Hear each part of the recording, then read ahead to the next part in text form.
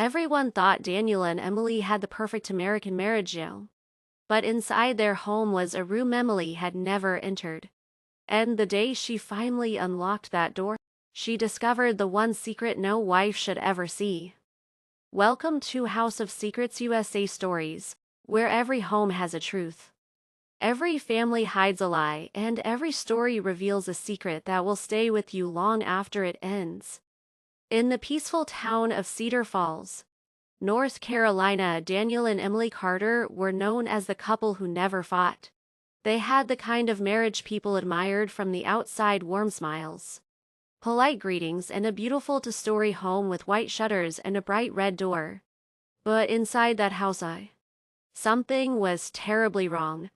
For months, Emily had felt her husband drifting away. Daniel wasn't the man she had married 8 years ago. He had become quiet, distant, and distracted. He avoided eye contact, barely spoke during dinner, and often disappeared into the guest room at night, locking the door behind him.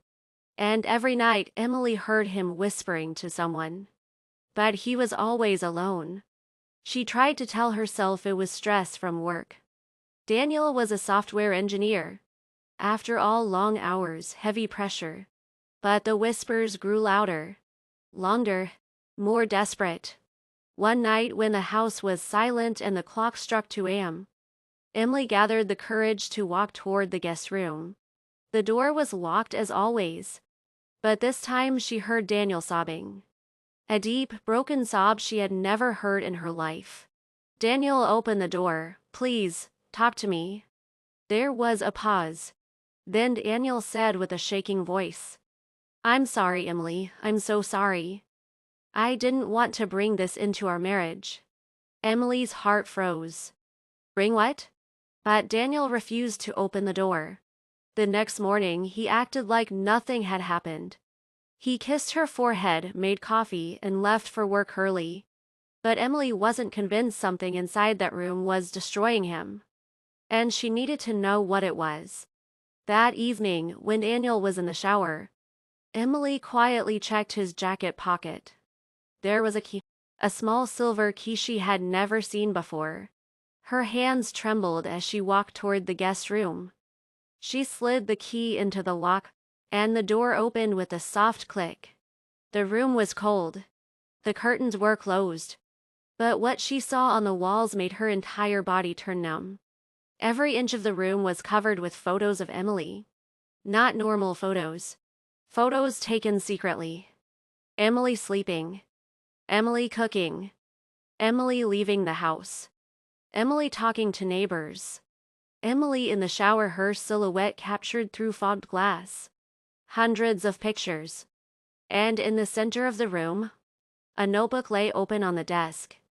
Emily picked it up with shaking fingers. Page after page, Daniel had written, "I must protect her. They want to take her. She is not safe. They are watching us." Emily dropped the notebook. Her breath vanished. Suddenly, Daniel's voice came from behind her. "Emily, what are you doing in here?" He stood in the doorway, soaking wet from the shower, a towel around his waist, and an expression she had never seen, a mixture of fear, anger, and heartbreak.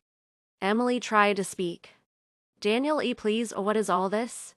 Daniel stepped forward slowly. "I didn't want you to see this. I didn't want you to know what's happening."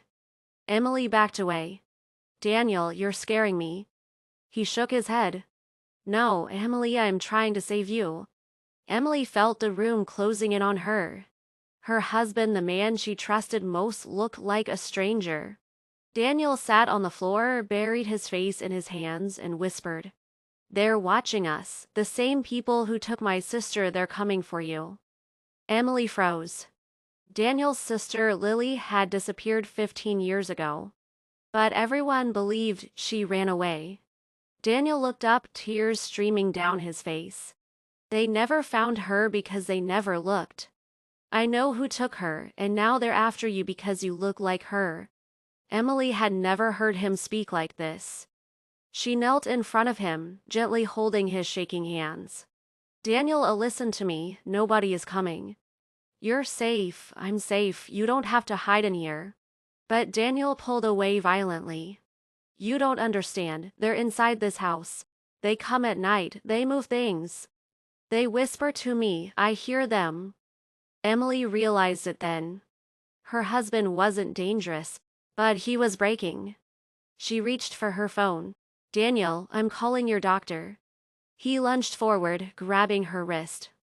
No, if you call them, they'll take you. Daniel, stop, you're hurting me. He released her immediately, horrified by his own reaction. Emily stood, tears falling. Daniel, I love you, but you need help, real help. He shook his head slowly. I only need you. Then he walked out of the room, down the stairs, and out the front door, disappearing into the night barefoot, half-dressed and completely lost. Emily searched for him for hours. Police searched the entire neighborhood, but Daniel wasn't found that night, or the next day.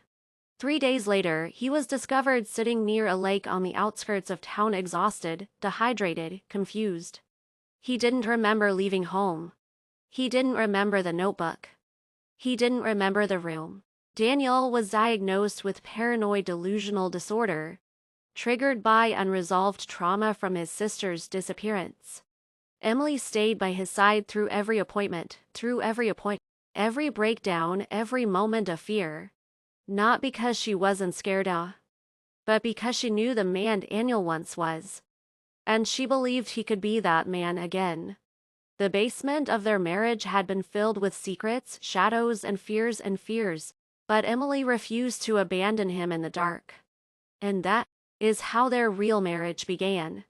Not with perfection, but with broken pieces they chose to rebuild together.